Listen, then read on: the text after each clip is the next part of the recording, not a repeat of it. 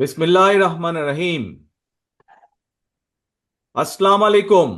প্রিয় বাংলাদেশ, আজ কারামুক্ত।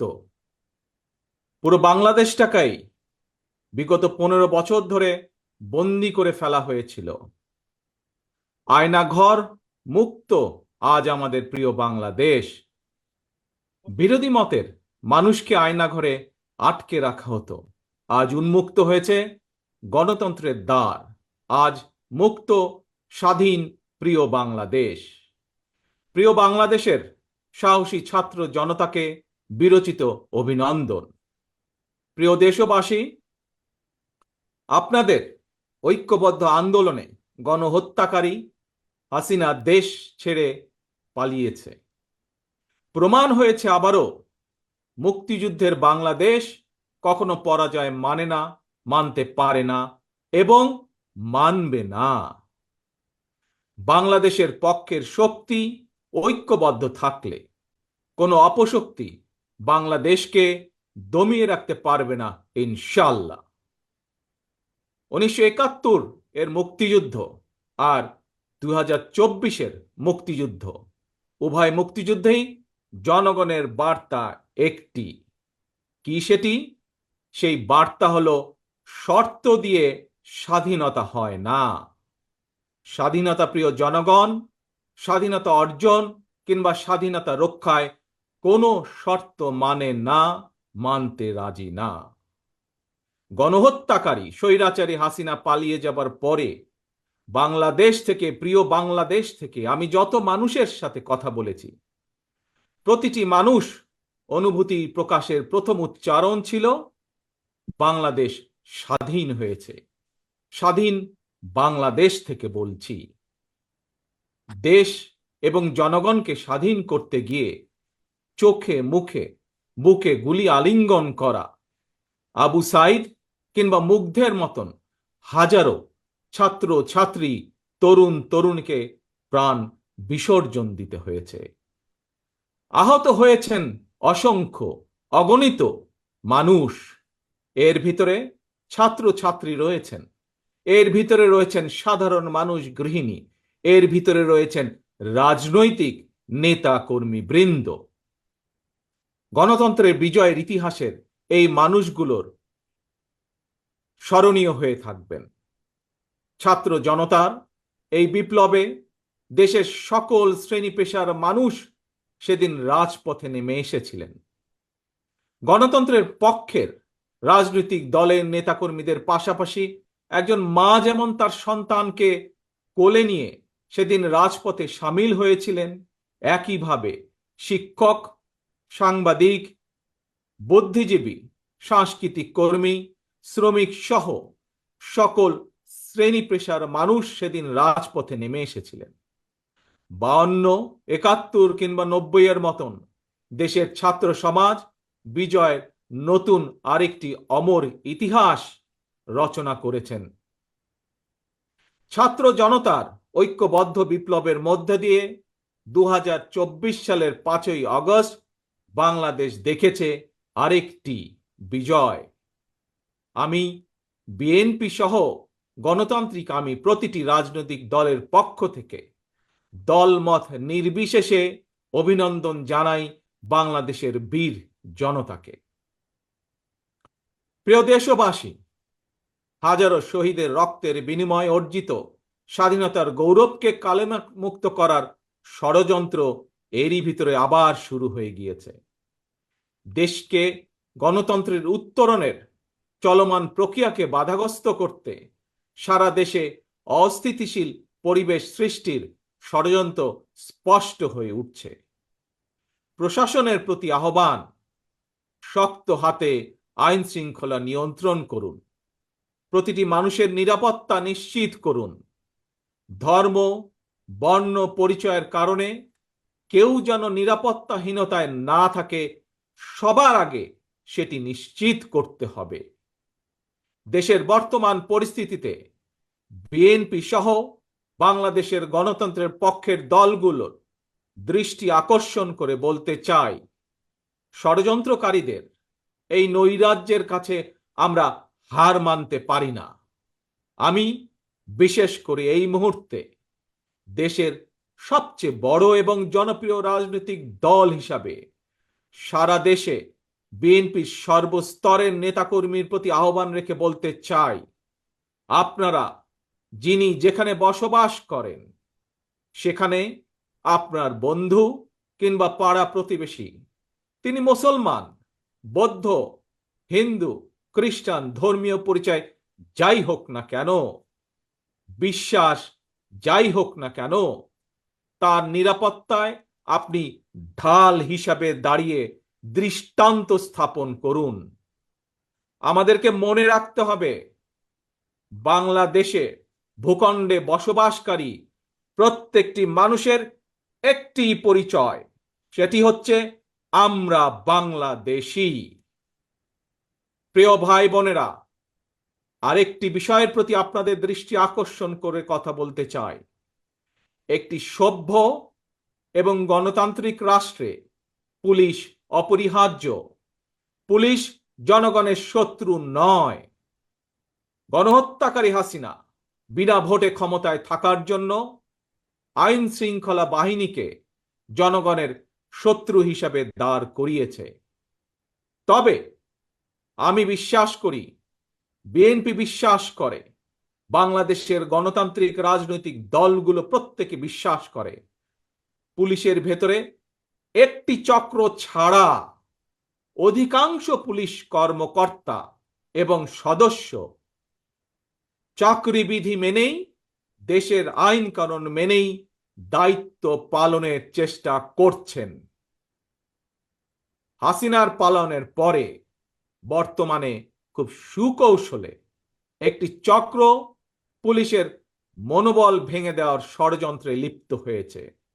পুলিশকে অকার্যকর করে দেওয়া গেলে দেশকে অস্থিতিশীল করা সহজ। ধর্মীয় সংখ্যালঘু জনগোষ্ঠীর মনে নিরাপত্তাহীনতা সৃষ্টি করা সহজ। অস্থিতিশীলকারীদের আমি হুঁশিয়ার করে দিয়ে বলতে চাই, পুলিশ কিংবা ধর্মীয় সংখ্যালঘু জনগোষ্ঠী আজ থেকে, এই মুহূর্ত থেকে হামলা কিংবা নৈরাজ্য বন্ধ করুন। এমনকি কেউ বিএনপির নাম ব্যবহার করে কোনো অপকর্ম করতে চাইলে তাকে ধরে আইনে হাতে তুলে দিন। কোনো পুলিশের বিরুদ্ধে কোনো সুনির্দিষ্ট অভিযোগ থাকলে সংশ্লিষ্ট কর্তৃপক্ষের কাছে যথা নিয়মে অভিযোগ দায়ের করুন। দেশবাসীর প্রতি আমার বিনীত আহ্বান, কেউ দয়া করে নিজের হাতে আইন তুলে নেবেন না। প্রতিহিংসা, প্রতিশোধে লিপ্ত হবেন না দয়া করে। বিচারের ভার নিজ হাতে দয়া করে তুলে নেবেন না। কেবল দৃষ্টান্ত অনুসরণ নয়, নিজেই দায়িত্বশীলতা এবং মানবাধিকার দৃষ্টান্ত স্থাপন করুন। প্রিয় ভাই বোনেরা, অতীত সমালোচনা কিংবা নৈরাজ্যের বদলে নৈরাজ্য কোনো সমাধান হতে পারে না, বরং বিশ্বের সঙ্গে তাল মিলিয়ে আমাদেরকে এগিয়ে যেতে হবে। শাসন প্রশাসনকে সময়োপযোগী করে গড়ে তোলা এখন সবচাইতে গুরুত্বপূর্ণ সময়ের দাবি। জ্ঞান ভিত্তিক রাষ্ট্র সমাজ নির্মাণের লক্ষ্যে নিয়োগ কিংবা প্রমোশনে মেধার সর্বোচ্চ অগ্রাধিকার থাকতে হবে। দেশকে আমদানি নির্ভর কিংবা বৈদেশিক নির্ভরতা থেকে বের করে আনতে হবে আমাদেরকে। দেশীয় উৎপাদন এবং উৎপাদনের প্রযুক্তিগত নির্ভরতা বাড়াতে হবে। দেশে কর্মসংস্থান তৈরি করে বেকার সমস্যার সমাধান দ্রুতই চেষ্টা করতে হবে সমাধান করার জন্য।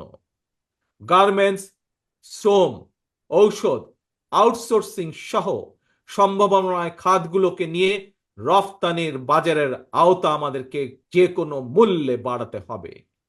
প্রযুক্তি নির্ভর এবং কর্মমুখী শিক্ষা ব্যবস্থা চালু করে দেশে বিদেশে শ্রমবাজারের প্রতিযোগিতায় টিকে থাকার মতো দক্ষ এবং মেধাবী প্রজন্ম গড়ে তুলতে হবে। স্বাস্থ্য চিকিৎসা ব্যবস্থাকে আধুনিক এবং বাস্তবসম্মত করার লক্ষ্যে প্রাথমিক স্বাস্থ্য সুরক্ষা নীতির উপরে অবশ্যই গুরুত্ব দিতে হবে। সবার জন্য সুবিচার নিশ্চিত করতে আইনের শাসন নিশ্চিত করা অবশ্যই প্রয়োজন এবং নিশ্চিত করা হবে। প্রিয় ভাই বোনেরা, দেশে কিংবা প্রবাসে এমন অনেক বাংলাদেশী রয়েছেন যারা জ্ঞানে বিজ্ঞানে অভিজ্ঞতায় সমৃদ্ধ। প্রচলিত রাজনৈতিক ব্যবস্থায় বিজ্ঞদের এরকম অনেকেই সংশ্লিষ্ট হতে চান না। সুতরাং এইসব গুণী মানুষদেরকে রাষ্ট্র পরিচালনায় ও নীতি প্রণয়নে অন্তর্ভুক্ত করতে জাতীয় সংসদে উচ্চ কক্ষ চালু করার প্রস্তাব বাংলাদেশ জাতীয়তাবাদী দল রেখেছে। এরই ভিতরে রাজনৈতিক এবং রাষ্ট্র পরিচালনায় গুণগত পরিবর্তন আনতে না পারলে আমাদের আজকের এই বিপ্লব কাঙ্ক্ষিত ফল মিলবে না। প্রিয় ভাই বোনেরা, 12.5 কোটি ভোটারের অধিকার কেড়ে নিয়েছিল স্বৈরাচার। গত 15-16 বছর ধরে জনগণের উপরে স্বৈরা শাসন চাপিয়ে দিয়েছিল। স্বৈরাচার গণহত্যাকারী হাসিনার পতনের মধ্যে দিয়ে হাজারো শহীদের রক্ত রঞ্জিত বিপ্লবের প্রথম ধাপ সফল হয়েছে মাত্র। ছাত্র জনতার এই রক্ত ঝরা বিপ্লবের চূড়ান্ত লক্ষ্য একটি বৈষম্যহীন গণতান্ত্রিক বাংলাদেশ। তাই বিপ্লবের লক্ষ্য বাস্তবায়নে দ্রুততম সময়ের মধ্যে জাতীয় নির্বাচন অনুষ্ঠান করতে হবে। দ্রুততম সময়ের মধ্যে জনগণের ভোটে নির্বাচিত প্রতিনিধিদের কাছে ক্ষমতা হস্তান্তর করতে হবে। স্বৈরাচার হাসিনা পতনের রক্ত রঞ্জিত বিপ্লবকে সার্থক এবং সফল করে আসুন নাগরিক হিসাবে আমরা আরো দায়িত্বশীল আচরণ করি। বিভেদ, বিরোধ, হিংসা, প্রতিহিংসা নয়। আসুন সবাই মিলে রাষ্ট্র এবং সমাজে মুক্তিযুদ্ধের মূল মন্ত্র সাম্য, মানবিক মর্যাদা, সামাজিক সুবিচার প্রতিষ্ঠা করার শপথ গ্রহণ করি। নতুন প্রজন্মের জন্য একটি দুর্নীতিমুক্ত এবং জবাবদিহিমূলক একটি নিরাপদ গণতান্ত্রিক বাংলাদেশ আমরা গড়ে তোলার সর্বোচ্চ চেষ্টা করি। সর্বশেষে আমি আমার দলের নেতা কর্মী সমর্থক শুভাকাঙ্ক্ষীদের উদ্দেশ্যে বলতে চাই, আমরা সকলে ঐক্যবদ্ধ থাকলে তারুণ্যের জন্য যে তারুণ্যর নেতৃত্বে আজ বাংলাদেশের এই বিপ্লব সফল হয়েছে, আমরা সকলে ঐক্যবদ্ধ থাকলে আগামী দিনের বাংলাদেশের জন্য তারুণ্যের জন্য একটি নিরাপদ ভবিষ্যৎ আমরা গড়তে পারবো ইনশাল্লাহ। সবাই যার যার এলাকায় জনগণের সঙ্গে থাকবেন, জনগণকে সঙ্গে রাখবেন, কারণ জনগণই বিএনপির সকল ক্ষমতার উৎস। আল্লাহ হাফেজ। বাংলাদেশ জিন্দাবাদ। বাংলাদেশ জাতীয়তাবাদী দল জিন্দাবাদ।